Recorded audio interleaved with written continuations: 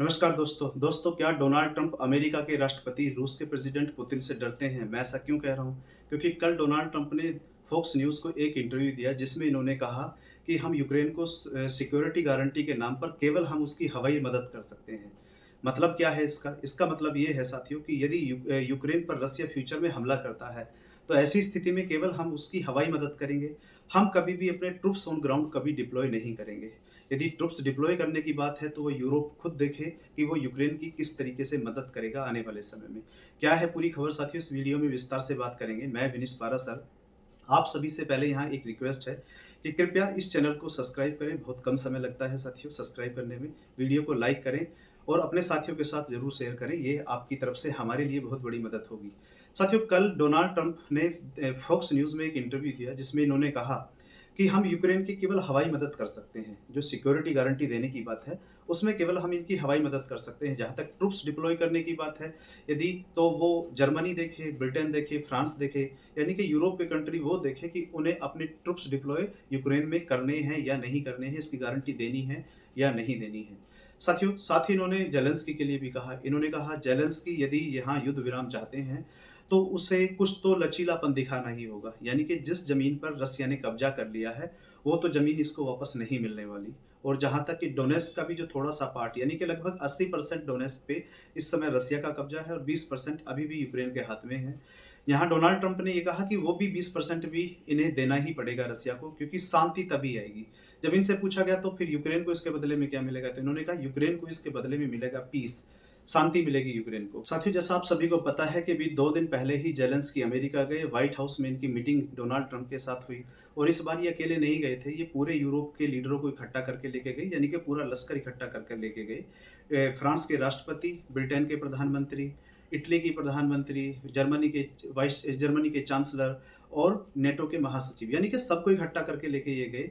और इन्होंने पहले ही इनको समझा दिया था कि भाई डोनाल्ड ट्रंप को अपनी तारीफ करवाना बहुत ज़्यादा पसंद है। आप फिर से कोई ऐसा सीन मत कर देना जो फरवरी वाला सीन फिर से रिपीट हो जाए। साथियों, इन्होंने किया भी वही। ये जब इनकी डोनाल्ड ट्रंप के साथ मीटिंग चल रही थी तो इन्होंने एक लेटर निकाला और लेटर निकालने के बाद डोनाल्ड ट्रंप को दिया कि ये लेटर मेरी पत्नी ने लिखा है आपकी पत्नी के लिए। इससे डोनाल्ड ट्रंप काफ़ी खुश हुए, इम्प्रेस हुए। तो मीटिंग का माहौल यहीं से बनना शुरू हो गया था।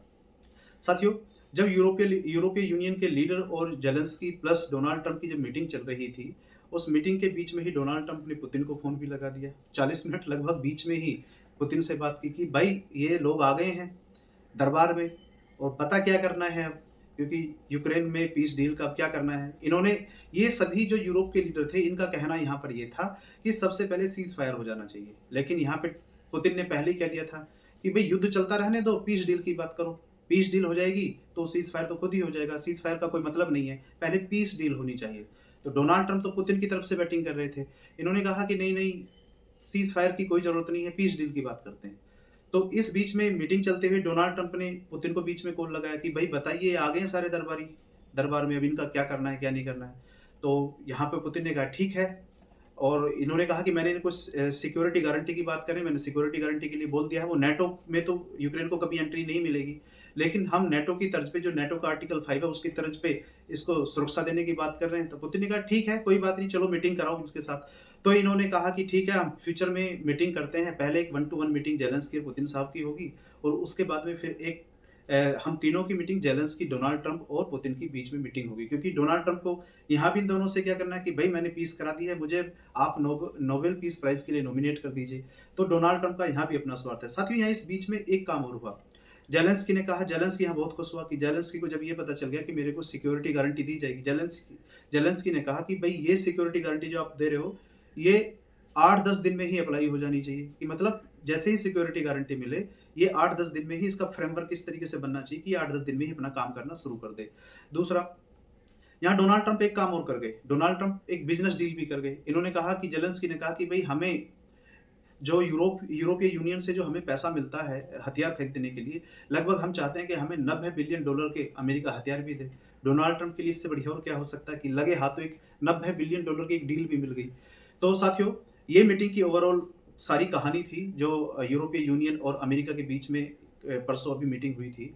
लेकिन साथियों, जब फॉक्स न्यूज़ को डोनाल्ड ट्रंप यहाँ इंटरव्यू दे रहे थे, डोनाल्ड ट्रंप ने ये कहा कि भई देखो, यूक्रेन वालों, तुम्हें ज़मीन तो अपनी छोड़नी पड़ेगी और जो डोनेट्स का 20% अभी भी हिस्सा आपके पास में है, वो भी आपको रसिया को देना पड़ेगा। साथ ही क्रीमिया को तो भूल ही जाइए, क्योंकि क्रीमिया तो ये तो ओबामा के टाइम की गलती है। ये हमारे टाइम, हमारी तो ये लड़ाई है ही नहीं, हम तो केवल यहाँ समझौता करा रहे हैं आप लोगों को। अच्छा साथियों, यहाँ फ्रांस के राष्ट्रपति भी कल एक इंटरव्यू देते हैं। ये कहते हैं कि यूरोप के दरवाजे पे प्रेडेटर खड़ा है, यानी कि एक ऐसा दरिंदा खड़ा है जो बहुत ज़्यादा खाना चाहता है। ये रूस के राष्ट्रपति के लिए यहाँ ये कह रहे थे कि रूस के राष्ट्रपति पुतिन, हम उनसे ये उम्मीद नहीं कर सकते कि वो कल के दिन डेमोक्रेटिक हो जाएँगे।